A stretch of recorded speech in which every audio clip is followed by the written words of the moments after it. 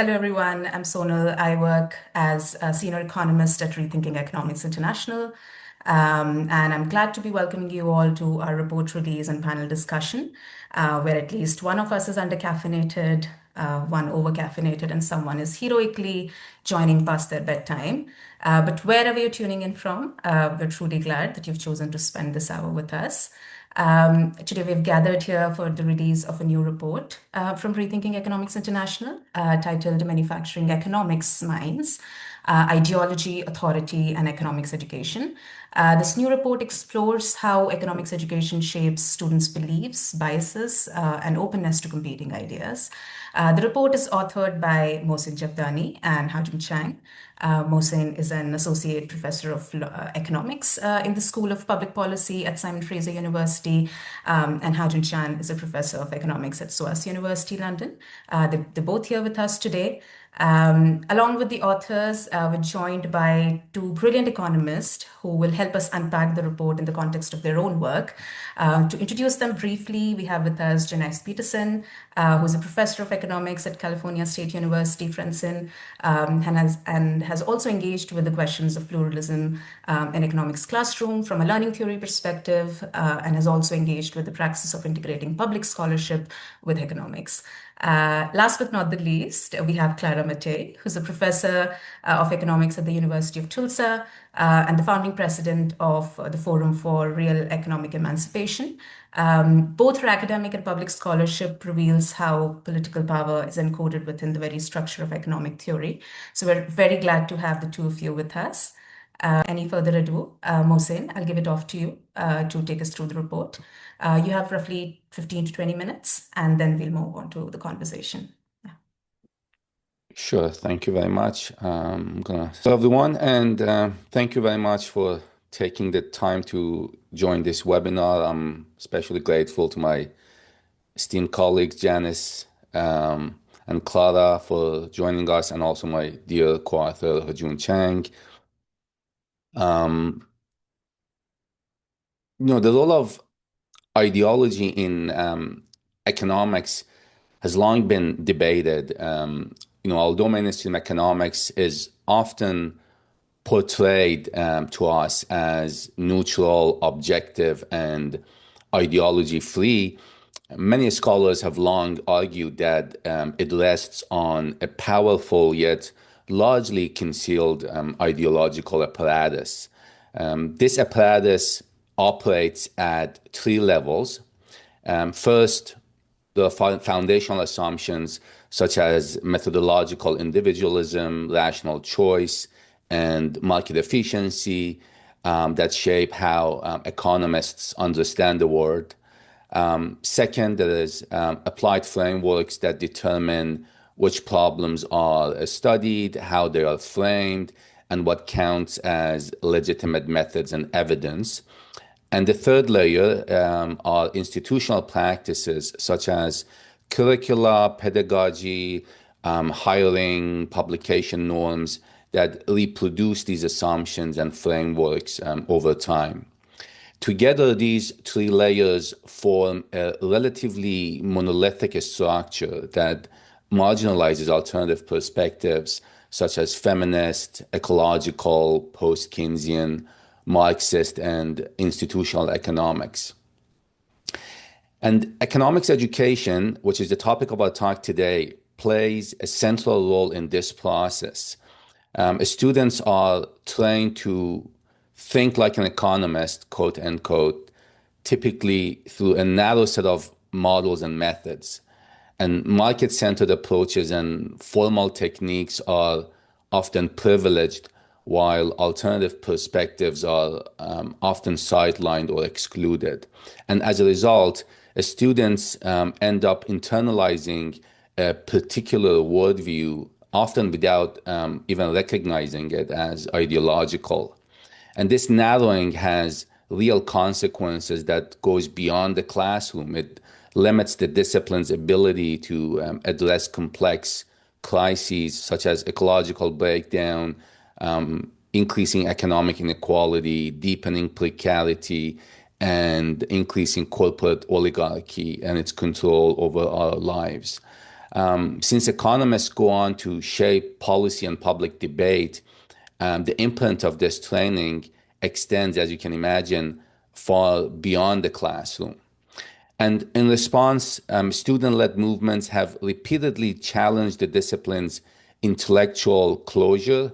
The post-artistic economics movement, the 2011 Harvard walkout, and the global Rethinking Economics Network, they have all called for greater pluralism and critical engagement. So it's against this backdrop that we revisit a long-standing and increasingly urgent debate, the lack of plurality in economics education. And while critiques of the field's intellectual narrowness are nothing new, what has often been missing is systematic empirical evidence of how these dynamics are internalized by students. And this is what our study provides. We critically examine how this ideological apparatus operates and evolves within economics education. And we do this to uncover the effects that it produces, such as marginalization of dissenting perspectives, the suppression of epistemic plurality, and the inhibition of critical thinking, as well as the contradictions that it obscures, most notably the disavowal of ideology while advancing a deeply ideological project. I think a more inclusive and reflexive approach to the discipline requires precisely this kind of critical interrogation, not just of economic ideas, but of the power structures and ideological mechanisms through which they are legitimized, normalized, and institutionalized. By providing systemic empirical evidence that exposes the mechanisms of ideological conformity, deference to authority, and the exclusion of alternative perspectives within economics education, we try to move beyond abstract critique, important as that remains, to reveal how ideology is operationalized and reproduced in practice. And in doing so, we hope to contribute to growing debates both within the discipline and in broader public and policy arenas, calling for more pluralistic, reflexive, and socially responsive economics. Before getting any further, allow me to give you a summary of our key findings. We show that economics education does more than simply excluding alternative perspectives. It conditions the students to associate credibility not with the substance of an idea, but with the perceived authority and ideological alignment of its attributed source. Our analysis also reveals that these patterns of ideological conditioning interact significantly with broader institutional, social, and political dynamics. As I will show you in a minute, we find that PhD students exhibit a significantly stronger bias towards mainstream ideology and authority. We also find that right-leaning students, in terms of their political orientation, show significantly a stronger bias in favor of mainstream sources, while male students are also more likely than their female counterparts to defer to ideological alignment and perceived authority of mainstream sources. Before discussing the results, let me briefly explain our experimental design. In search of an approach that would provide convincing evidence to mainstream economists, we turn to the favorite method of identifying causality, which is what we call in economics, or more broadly, a randomized controlled trial. We were indeed too naive, as the discipline found other excuses to marginalize our study, but that's a story for another day. So what we do is we conducted an online survey by inviting economics students to evaluate 15 statements covering a wide range of issues in economics. These statements were drawn from prominent economists who are widely recognized as belonging to the mainstream of the discipline. Every participant received the exact same 15 statements in the same sequence. The content of the ideas, therefore, did not vary across individuals. The only difference concerned how those statements were attributed. At the beginning of the survey, participants were randomly assigned without their own knowledge to one of three groups. The control group saw each statement attributed to its original mainstream source. Then we have treatment one, where students saw the same statement attributed to what we call a less or non-mainstream source. And then treatment two saw the statement with no source attribution at all. This design allows us to isolate the effect of source attribution. Since the content remains identical, any difference in agreement can be attributed to perceptions about authority or ideological alignment of the sources rather than the substance of the idea itself. We invested a significant amount of time in choosing both the statements and the paired sources. And there are a few important things that I should highlight here. First, the statements were selected so they could plausibly be attributed to either of the paired sources. That is, the reassignment needed to be believable to participants. And I will show you a few examples of these statements in a minute. Second, the statements were also relatively obscure, precisely to reduce the chance that participants would recognize the original author and detect the misattribution.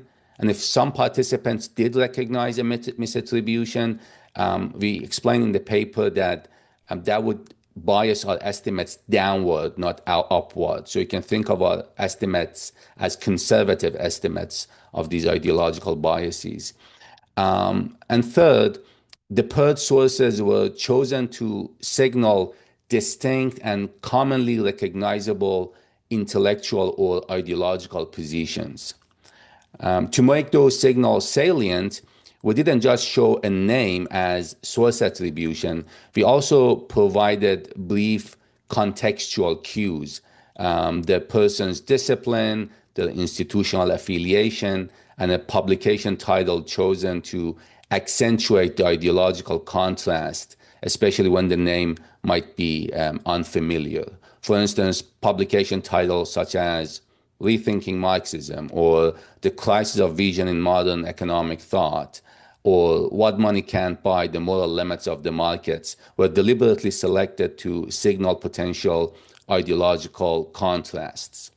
The overall goal is straightforward. We keep the content fixed, make the attribution manipulation credible, and then observe how much evaluation shifts purely because of the authority and ideological cues carried by the source attributions. So here are a few examples of some of the statements that students were asked to review. So here is one statement where the real source is Amartya Sen, and the altered source here is Michael Sandel, who is an American political philosopher teaching at Harvard. Here's another one where the real source is Larry Summers, and our altered source is Yanis Varoufakis, the Greek economist. And another one where you see the real source is Steve Keen, post-Keynesian professor of economics, and the altered source is Paul Romer, who is a professor of economics at NYU. And then finally, here is another statement from Adam Smith, where the altered source is Karl Marx. This is actually a passage from Smith where he talks about the division of labor and how it impacts workers and their creativity. And it actually sounds very much like something that could come from Karl Marx. And then lastly, before I get into our results, our target population consists of economics students across 10 different countries. And our final sample includes more than 2,700 economics students from these countries. So I'm not going to show you a lot of regression tables. This is probably the only one I'm going to show you. And then for the rest of the results, I'm just going to summarize the findings. Um, um, and this table summarizes the main treatment effects. The table reports OLS estimates of how agreement level changes when we manipulate source attribution. And here I'm going to focus on the estimates in the red box that you see.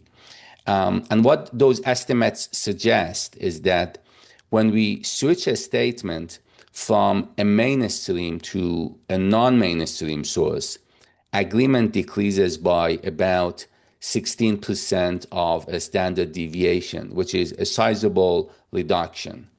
When we remove the source altogether, the drop in agreement level is even larger. It's about 34% of a standard deviation. And the key takeaway here is that identical content is evaluated very differently depending on who it appears to come from, and also whether it is anchored to a recognizable authority. So when these statements are attributed to non-mainstream sources or there are no source attributions, the agreement level with the statements drops significantly. This figure breaks down the treatment effects statement by statement. What you notice is that for almost every statement, switching to a non-mainstream source or removing it altogether significantly reduces agreement level. And this reinforces the central claim that source attribution significantly and meaningfully shapes how economic ideas are evaluated by economics students.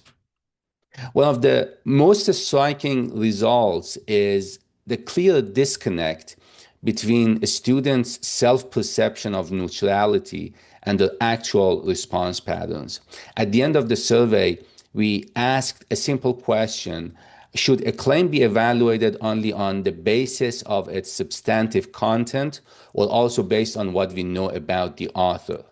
And nearly 67% of students said that arguments should be judged solely on substance. So the overwhelming majority present themselves as substantivists. They claim to separate ideas from identity. They affirm the ideal of neutrality, if you want.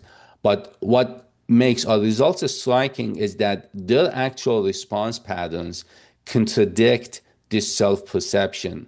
When we manipulate source attribution, agreement shifts substantially, as I just showed you. And this gap between declared neutrality and observed behavior is one of the most important findings of the study. It suggests that authority and ideological cues operate even when students explicitly believe they do not rely on them. We also examine whether these biases change as the students advance through economics education. And here's what we find. First, when statements are attributed to mainstream sources, there are no significant differences across different education levels: undergraduates, masters, and PhDs. In other words, baseline agreement with mainstream attributed ideas is relatively similar across these three groups. However, when we change or remove the source, agreement drops significantly for all groups. And crucially, the drop is substantially larger among PhD students. In fact, the reduction in agreement is roughly twice as large at the PhD level compared to the undergraduates. And this suggests that bias does not diminish when with economics training, it actually intensifies. And we interpret this pattern through three different mechanisms. First is cumulative socialization. The longer students are embedded in mainstream economics, the more deeply they internalize its authority and ideological structures. Second is structural incentives at advanced levels, professional survival and job market success are often tightly linked to alignment with dominant paradigms. And third is a self-selection mechanism whereby students who dissent from the mainstream may be more likely to exit the discipline before reaching the PhD stage. But together, these dynamics help explain why authority and ideological biases become stronger, not weaker, at higher levels of economics education. There's also an irony that is striking. PhD students, as you can see in this graph, are most likely to say arguments should be judged solely on substance, yet they display the strongest bias. In other words, the normative commitment to objectivity increases with training, but so does the ideological influence of authority and attribution. We also examine how students' own political ideology shapes their susceptibility to authority and ideological source cues. What we find is that even in the control condition where students are where statements are attributed to mainstream sources, political orientation matters significantly. Moving from the far left to the far right substantially reduces agreement with even mainstream attributed sources. And remember, a lot of these statements are either critical of mainstream economics or deviate in some ways from the mainstream paradigm. So it's interesting to see that as we move from the far left to the far right, even when the source attributions are mainstream, the agreement with these statements reduces significantly. Second, ideological orientation strongly amplifies the treatment effects. As the students move rightward, the agreement drops more sharply when the statements are attributed to non-mainstream sources. This pattern is most striking again among PhD students. For PhDs on the far left, switching the source reduces agreement by about 19% of a standard deviation. At the political center, the decline is 38%, and on the far right, it reaches 64%, which is a dramatic amplification. In short, bias intensifies both as we move up the academic hierarchy and as political orientation shifts rightward, suggesting a strong alignment between mainstream economics and right-leaning worldviews. And then finally, we also examine gender as another key dimension of ideological and authority bias. We consider whether male and female students respond differently to source cues, and the results show systematic and significant disparities. When we switch a statement to a non-mainstream source, agreement among male students drop by 20% of a standard deviation. For female students, the decline is much smaller at 7%, which is about 62% smaller in magnitude compared to male students. When attribution is also removed entirely, agreement falls by 37% for men, but 27% for women. Importantly, these differences remain even after we control for political ideology. So they are not simply driven by gender differences in political orientation. And there are several plausible mechanisms. First, women may maintain greater critical distance from mainstream economics, especially given feminist critiques of its blind spots. Second, navigating a male-dominated discipline may cultivate skepticism toward established authority. And third, sustained exposure to hierarchy and exclusion, not only within economics, but in the broader society, might heighten sensitivity to power structures, reducing automatic deference to dominant sources. So, our core finding is that students learn to associate credibility not with the substance of an argument, but with the perceived authority and ideological alignment of its source. And this conformity intensifies through economics training. In this way, economics education reproduces a narrow disciplinary mindset while preserving the appearance of neutrality. And why does it matter? Because economists do not merely analyze the world, they shape how problems are defined, which solutions are considered legitimate, and which metrics guide policy. The intellectual architecture of the discipline has serious democratic consequences. The economic world is complex and deeply contested, and there is no single framework that can adequately capture this complexity.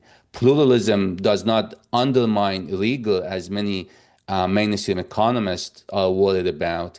It strengthens it by expanding analytical reach and fostering critical debate.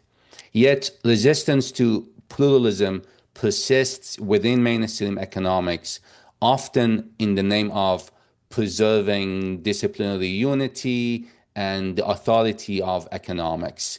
Meaningful reform requires more than minor curricular adjustments. It requires recognizing the ideological dimensions of economic discourse and integrating genuinely diverse traditions. There are promising pluralist textbooks and initiatives, but a central question that remains is who will teach pluralism when most instructors in economics were trained within narrow paradigms. And without a structural pluralism, economics risks continued intellectual closure and growing public skepticism about its relevance and legitimacy. I'm going to stop here and thank you very much for listening. Thank you. Thank you, Mohsen. This was very useful and a very thorough summary.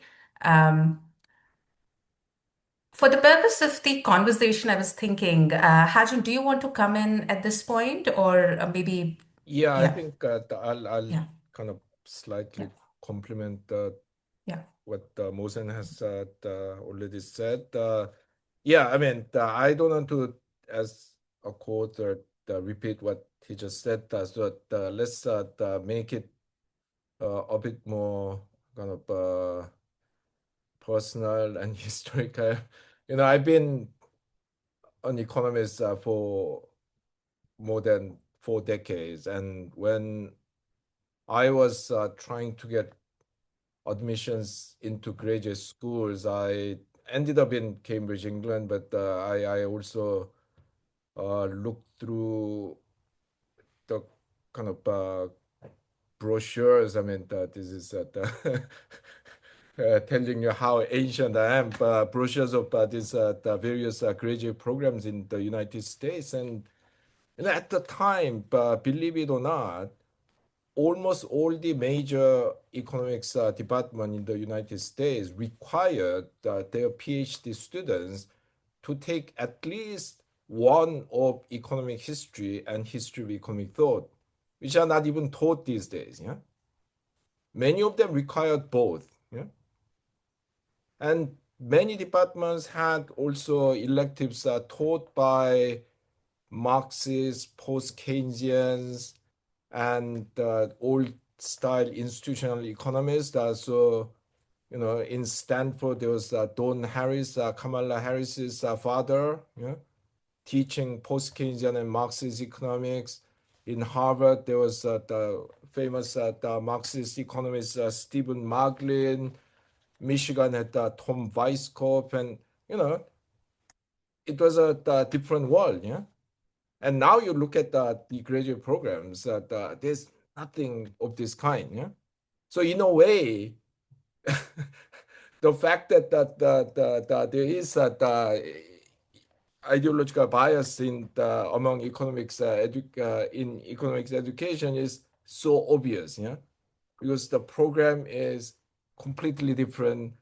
Students are not even told that there are different approaches, not to speak of, kind of being told that these alternative approaches are rubbish, So in a way, the fact that we had to conduct this study to show this ideological bias is a commentary on the state of the profession, because it's, I mean, given the setup, it would have been actually a shock if we had a different result, So that this is our article is more like a dog buys a man kind of article, rather than man buys a dog, So this is really a commentary on the state of the profession. But I want to spill some beans related to the reception of our study. I mean, we have already published an article in the Cambridge Journal of Economics that covers the whole spectrum of economics rather than just students. This is more focusing on the students, which reveals that a lot of interesting facts about the role that the economics education itself is playing in this manufacturing of ideologically biased cadre of economists. But we have a more general study, and we try to get it published in a mainstream journal, and we were rejected like 15 times over. Rejection itself is not an issue, but the process of rejection was very interesting because only a few even bothered to send it out to referees. They were all desk rejected. I think the record is held by Quarterly Journal of Economics, which rejected it within 20 minutes of submission on the ground that this subject is not relevant for the journal. And the worst story is actually American Economic Review, which desk rejected our the study submission on the ground that we used deception. So we wrote back to the editor who rejected it. Sorry, the chief editor, the Esther Duflo, saying that, look, your editor in charge of this Italian professor in Berkeley, on the ground that we have used deception, but your journal, among others, had published so many articles using RCTs, using deception. I mean, we agree that you should never use deception when it comes to vulnerable people, But economists, they are not. And what's wrong with using this? And what did Esther Duflo do? She sent it back to the original editor, who said, well, I disagree with you. I have my editorial prerogative to reject it at this stage. He didn't even bother to send it out to the referees. And poor Mohsen, who actually conducted all this survey, was sent so many abusive emails. One of them, the Indian professor in Rochester University, even said, how dare you do something like this? I'll make sure that you never get a tenure in a North American university. Can you believe this? This is a mafiosi. It's not academic profession. So let me fill you in with this more colorful background and ask Janice and Clara to make their comments. Thanks, Ha-Joon. That's a very illustrative picture of the mainstream economics mafia. Janice, would you like to go next? And then Clara, and then we'll open up and take the questions from the audience. Sure. So this is a very interesting time for me to really be talking about and thinking about this report. I've recently retired, so I'm no longer in the classroom, which is giving me more time to actually think about teaching and explore what I want to do next. And after the most recent presidential election in the U.S., there was a flurry of discussion on my heterodox economics listservs about the need to get heterodox economics, and in my case, institutional economics in particular, out to a broader public, and how to do that. And I had agreed with that and had, argued that the literature on pluralism and on community engagement and public scholarship in teaching and pedagogy could have some good lessons for people trying to reach out more to the community, in particular that economists should not be sort of know-it-all experts, and that the community should be viewed as a source of knowledge. And I was chatting about that with Jack Reardon at the International Journal for Pluralism and Economic Education. And he reminded me of Rethinking Economics in that context, and the book, The Econocracy, that had been published years ago. And I dug that back out and read it. And it is very relevant to the situation now, and to studies such as this one. And different things resonated with me now than when I read it initially. And one of the things that really caught my attention in this in this discussion, in this book, was talking about traditional economics education as a form of training that creates experts who see the economy as a model that can be broken down into clearly defined problems with clear right and wrong answers. And this resonated with me because in teaching pluralistically, one of the challenges I sometimes had with students was they would come to me and say, the reason I like economics and became an econ major is it because it gives me answers, right? And it gives me the answer, right? And I know the right answer. And we sort of have to have a discussion about, how in the real world, you may have to look at things lots of different ways, and there just isn't one answer. And so that resonated with me. And I had read the earlier report, focusing on economists broadly, and that the findings there didn't surprise me. And I knew from the title of this report, right, that the findings weren't going to surprise me, but they somehow did discourage me more than I think the larger report in thinking about the challenges of pluralistic economic education. And I think particularly sort of the finding that the source of the problem, the mechanisms involved, aren't just excluding alternative or including alternative perspectives. I mean, I've been doing that since I started teaching in the mid 1980s, right? But the challenge is that traditional economic education is sort of this conditioning of associating credibility with certain sources, and that seems harder to challenge.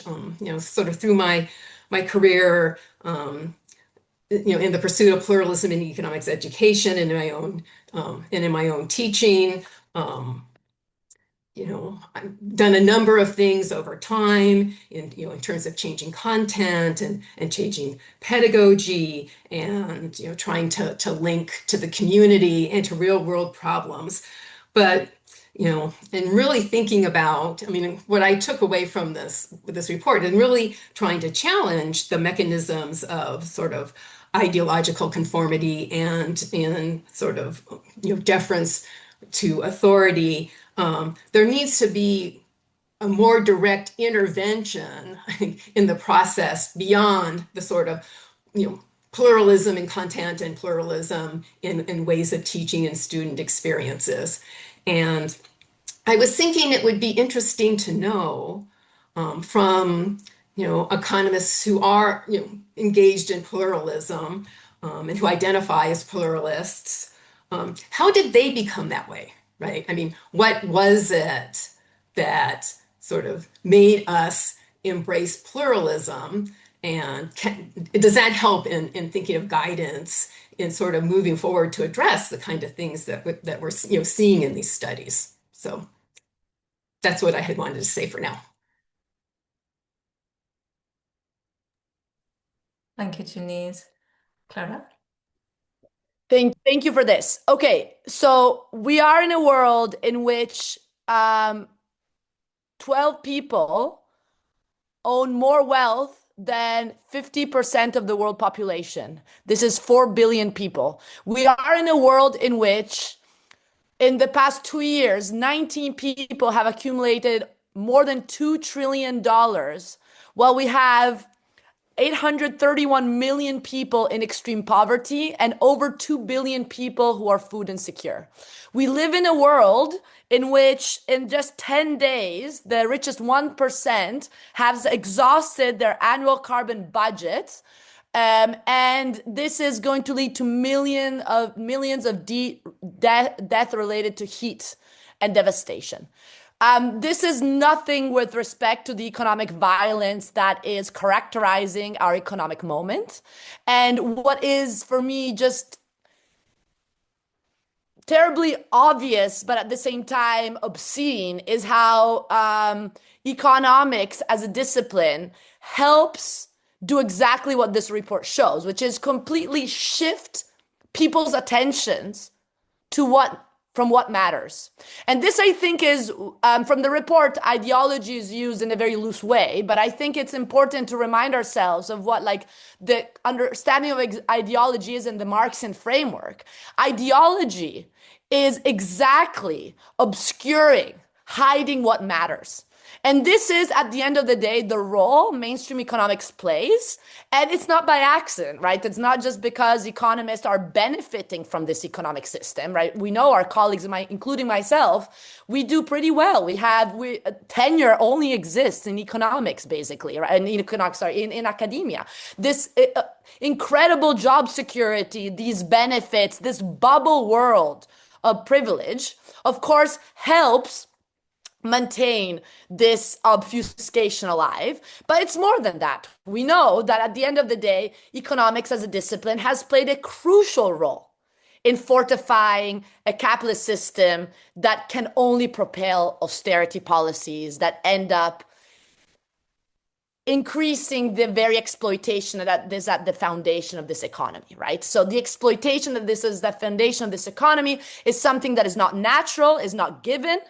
It is politically constructed because it's historically contingent, right? We're not in a universal capitalist economy, right? That's why we can't use the word capitalism if you take mainstream economics, because it risks historicizing what needs to be instead understood as eternal, right? But the point is that capitalism is, at the end of the day, fragile because it's based on the oppression of the majority, and it's a political condition. This is what Marx told us very clearly. Capital as wealth is based on capital as a social relation, which is a relation that can be changed.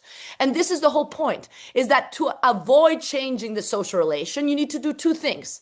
Keep people dumb, meaning keep people, those who have the privilege to be educated in a way that actually avoids seeing what needs to be seen. And this economics is great at. And at the same time, and this is what's great about this report, is actually showing that clearly this type of mindset that is developed at the level of teaching students is then exactly what feeds the austerity policy making that is there. And, in my work, I've studied how austerity is not an exception under capitalism. It helps safeguard from any alternatives. It maintains the lack of alternatives as the socioeconomic conditions of the majority. And so I think this is really, really important, is that if you contextualize this report in how economics as this discipline, is not responsible for this system, but it definitely helps reinforce it.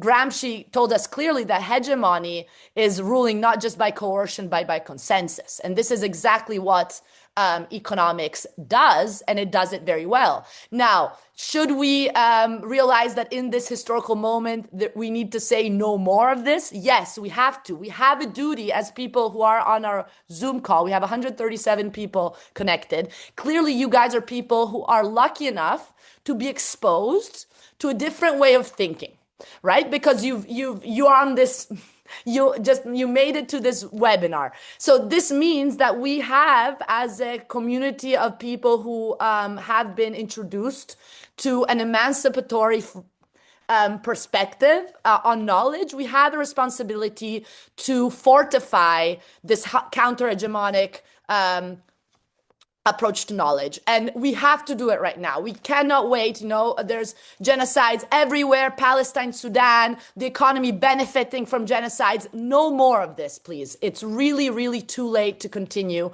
We can't watch the world explode in front of us. And we need to realize that this is not, capitalism not working. Unfortunately, this is exactly the very working of capitalism that has brought us in these conditions. And what economics does is just avoid discussing what capitalism is actually about. So I urge Rethinking Economics to continue the great work you're doing. I was lucky enough to actually be in Oxford, where they just relaunched their chapter, and I introduced my book that just came out this last week, Escape from Capitalism.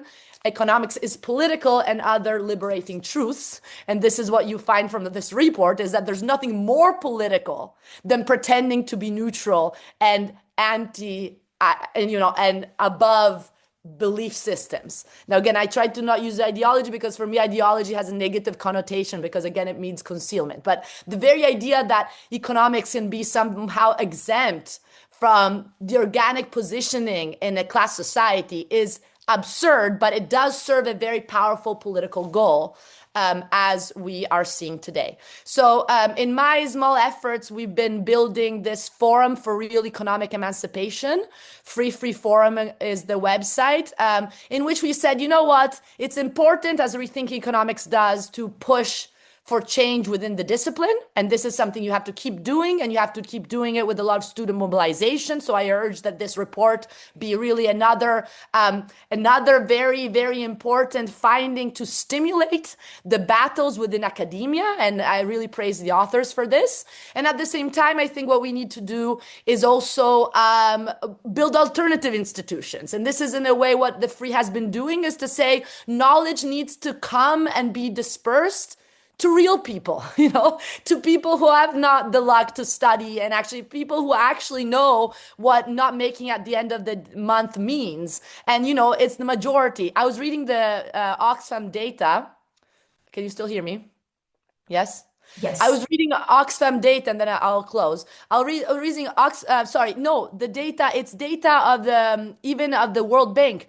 20% of European population is at the risk of economic exclusion and economic marginalization, right? So we're talking about poverty levels increasing everywhere in the global north, not to mention, of course, the fact that we are living off of the destitution of the majority of the population in the global south. So, there is thirst for this alternative economic knowledge, for this pluralism. And this thirst needs to be built on with the Forum for Real Economic Emancipation, freeforum.org. You can see what we do. What's been amazing to me is to see that it's people who want to build alternative economic methods, and they believing it so much that they just participate firsthand. So what we're doing there is we have an assembly-based project. Everyone participates. We have an 84-year-old man who is Muskogee and Mexican. So again, like the indigenous culture and values and important values that should inform how we think about economics. And very, very young folks in the same assembly. And the assembly meets every 2 weeks, and we create these public education events that are once a month. We've been growing. Last event, we had 400 people in the room, and we've been talking about participatory budgeting and progressive taxes. We had one on food sovereignty, on mass incarceration, the relation to the economy, and much else. So please, let's all get creative. If you want to see what we do at the free, we're hoping to build other chapters everywhere else in the world. But this is one possibility, rethinking economics, and everything we do, let's try to do it as a network so that we can fortify our connections and really, really push for knowledge that is actually empowering to make our economic system more democratic. Thank you for having me in this conversation. Thank you, Clara. Thank you for that call for convergence. More minutes. And so I've tried to choose a few questions, merge a few of them, and I'll try and pose it to Mohsen and Ha-Joon. And I'm really sorry, I won't be able to pose all of them because we need to make a choice here, given the time we have. And there are some questions that are for all the panelists, so depending on how long we go, we can see how we take them, yeah? So I'll start with the questions that are specific to the study. So the first question, which I've merged with two other questions, is that the stereotype I've heard repeatedly of economics graduates at undergraduate level is diminishing modal care as the course progresses. What led you to focus on authority bias?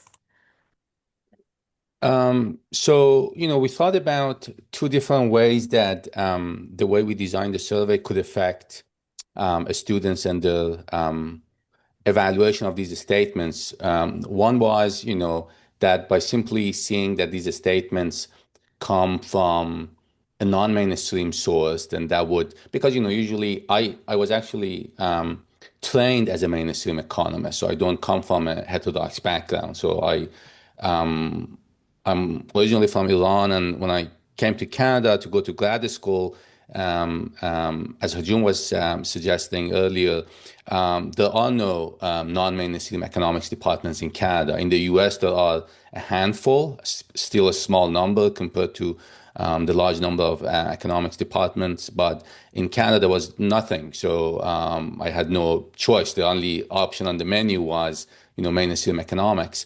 And I sort of, from the very beginning, I was really skeptical about all the things that we were taught, and then, slowly and gradually, but also painfully, because there are all these structures, as other studies suggest, that push you to conform.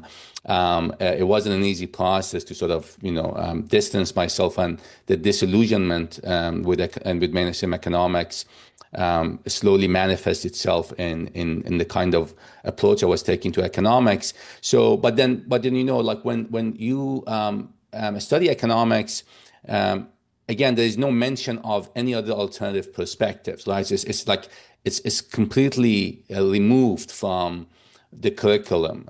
So you don't hear anything about post-Keynesian, Marxist, feminist, nothing of the sort.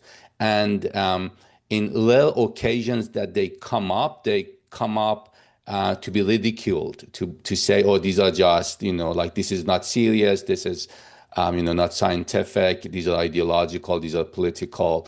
And you sort of, you're conditioned in that framework. And so when you encounter these alternative perspectives, you also tend to dismiss them on these, based on these sort of, ideological orientations that you've adopted. But then at the same time, there is the issue of authority, and that's the lack of an authoritative anchor or source for a lot of these discussions, right? So we wanted to sort of try to distinguish between the two to see to what extent it's the mainstream versus non-mainstream, and to what extent it's just the absence of any authority that you can rely on to evaluate these statements. Because again, given the hierarchical nature of mainstream economics, these authority figures are extremely important. So we wanted to also see what happens when you remove the authority, and whether that affects the students in a different way than removing the ideological orientation of the sources. Yeah, may I quickly add, this authority problem is getting worse and worse.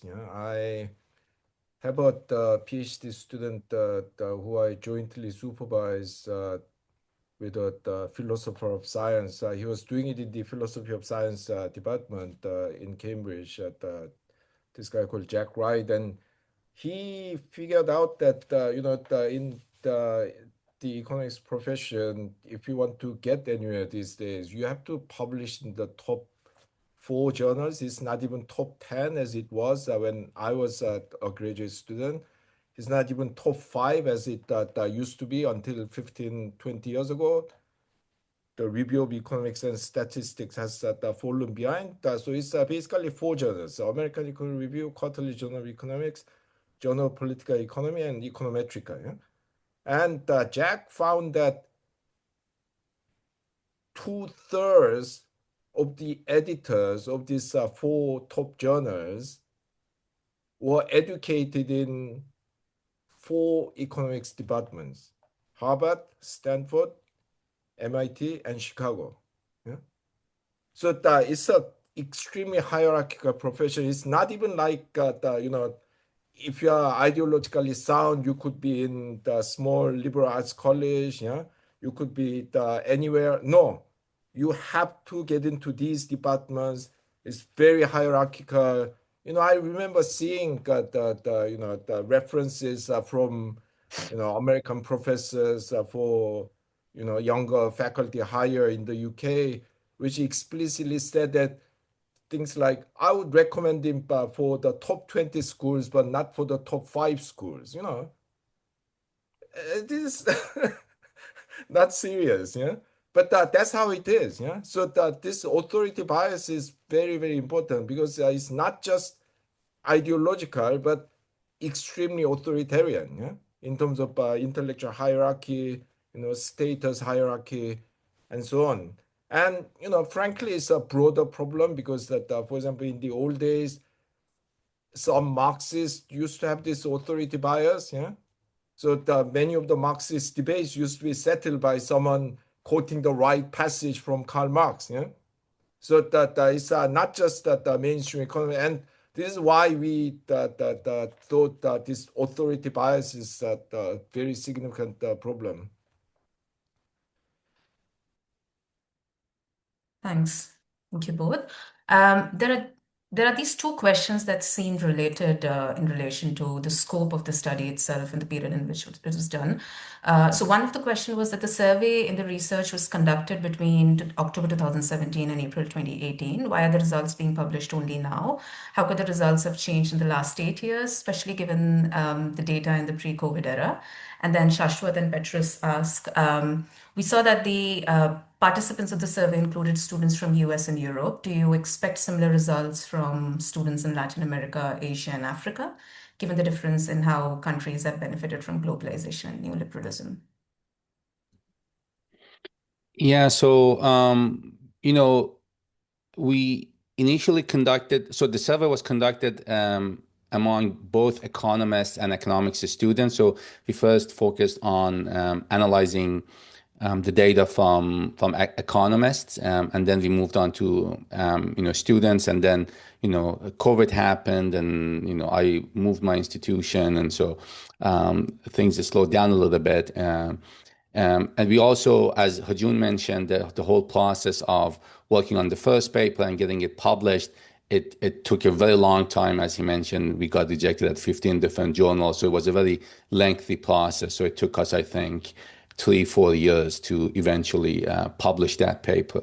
Now, in terms of what we expect the results will be in other places, it really depends on, again, this plurality of perspectives offered in economics in other countries. I know in some Latin American countries, for example, as far as I understand, Brazil is an example. There is more plurality when it comes to teaching economics.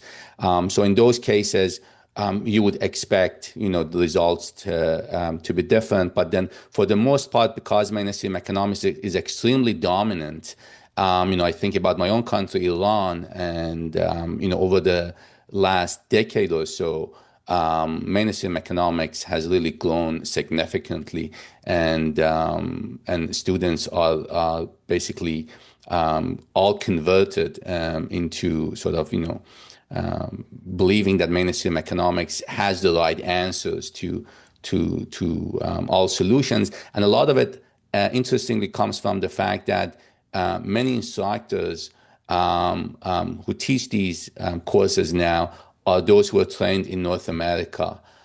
So they go back home and then they sort of start teaching mainstream economics the way they learned it, which is in a very, with a lot of, ideological closure and without any plurality of perspectives. So unfortunately, I think these results are likely to hold across many countries because this problem of lack of plurality in economics and the dominance of mainstream economics is something that we see pretty much everywhere, with some smaller, exceptions.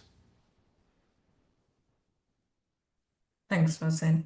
I think next set of questions are quite open questions. So either of you and Janice, you're welcome to respond to them. Sarah and Adrian are asking, would it be possible for any of the panelists to offer a brief history of how economics education became so narrow and aligned to the right wing? And what advice do the panelists have for the current undergraduate students? Is it worth studying economics, or should students go for sociology, anthropology? Any ideas are welcome. Yeah, let me give you a couple of examples.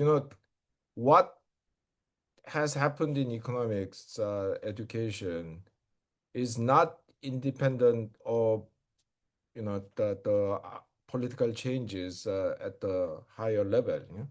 So, for example, when Margaret Thatcher came to power in 1979, she well, I mean, not personally, but her government cut off funding to this big post-Keynesian research group in Cambridge, England. So this was that these people were in this unit called Department of Applied Economics. They were very empirically oriented post-Keynesian research economists. And yeah, the research funding from the government were cut off. And many of these people just had to leave. Yeah? And yeah, I mean, all the status that mainstream economists get from Nobel Prize, the so-called, which was deliberately created by the Swedish central bank, populated by very, very mainstream economists, especially in the 80s and 90s. It did a huge, played a huge role in legitimizing, what may be called neoliberal or Chicago type of mainstream economics, not even broader mainstream economics like, I don't know, the Stiglitz, Krugman, So the very hardcore, neoclassical the economists from Chicago and the so-called freshwater schools. So yeah, I mean, how did it come to be like this is because economics, I often liken it to Catholic theology in medieval Europe. Yeah? It is an ideology that justifies what is going on, however unjust and wasteful and destructive it may look to some people. So, basically that is such a crucial piece in the machinery of the current the neoliberal regime that, so much effort has gone into the preserving this, and also that from my personal experience, I used that was educated as a the economist as a graduate student in the University of Cambridge, England, which when I arrived, but was the majority non-neoclassical. But just before I arrived, the kind of balance of power changed within the department because the higher ranking professors had the more power to make decisions, and the majority flipped at that tier. And then these people never look back. They after appointing me as a professor in 1990, which happened only because my appointment was jointly with development studies. So there were a couple of non-economists sitting in the appointments panel. After appointing me, they never looked back. They did not hire a single non-mainstream economist. Yeah? And yeah, I mean, I have stories to tell about how they kind of used underhand tactics and sometimes even blatantly lied and so on. But you know, so it's a very determined political project. Yeah, it's not an accident. It's not like, oh, we didn't pay enough attention to the need to preserve plurality and promote anti-authoritarian thinking among our students. It wasn't by accident. You know? It happened because they wanted it to happen. Yeah? And there was a full support from the political establishment, the financial sector, and so on. So yeah, I mean, no mystery there in a way. And say a few things about, I think the question on with it sort of, has economics education always been so dominated by the mainstream? And at least in the case of the U.S., I mean, it was already dominating when I was going, looking to go into graduate school in the early 1980s. So, I mean, it has been some time, and even then there were some more options. And in my case, I discovered economics accidentally as a music education major, taking an economics requirement in summer school in my hometown, not even at Cal State Fresno, where I was a full-time student, and just happened to have this wonderful woman teaching the class who was ardent Keynesian and loved John Kenneth Galbraith. And so then when I went back to Fresno, I was lucky because there happened to be a very heterodox department there. And so, and there were also some very fine, good teachers of neoclassical economics as well. So I really had a very pluralistic undergraduate introduction. And so then when I went off to looking for graduate school, there weren't very many options for somebody wanting to study heterodox economics, in the U.S. And even some schools that had been heterodox no longer were. So it has been some time that this trend away from having options for heterodox economics, at the graduate level have been in place, unfortunately.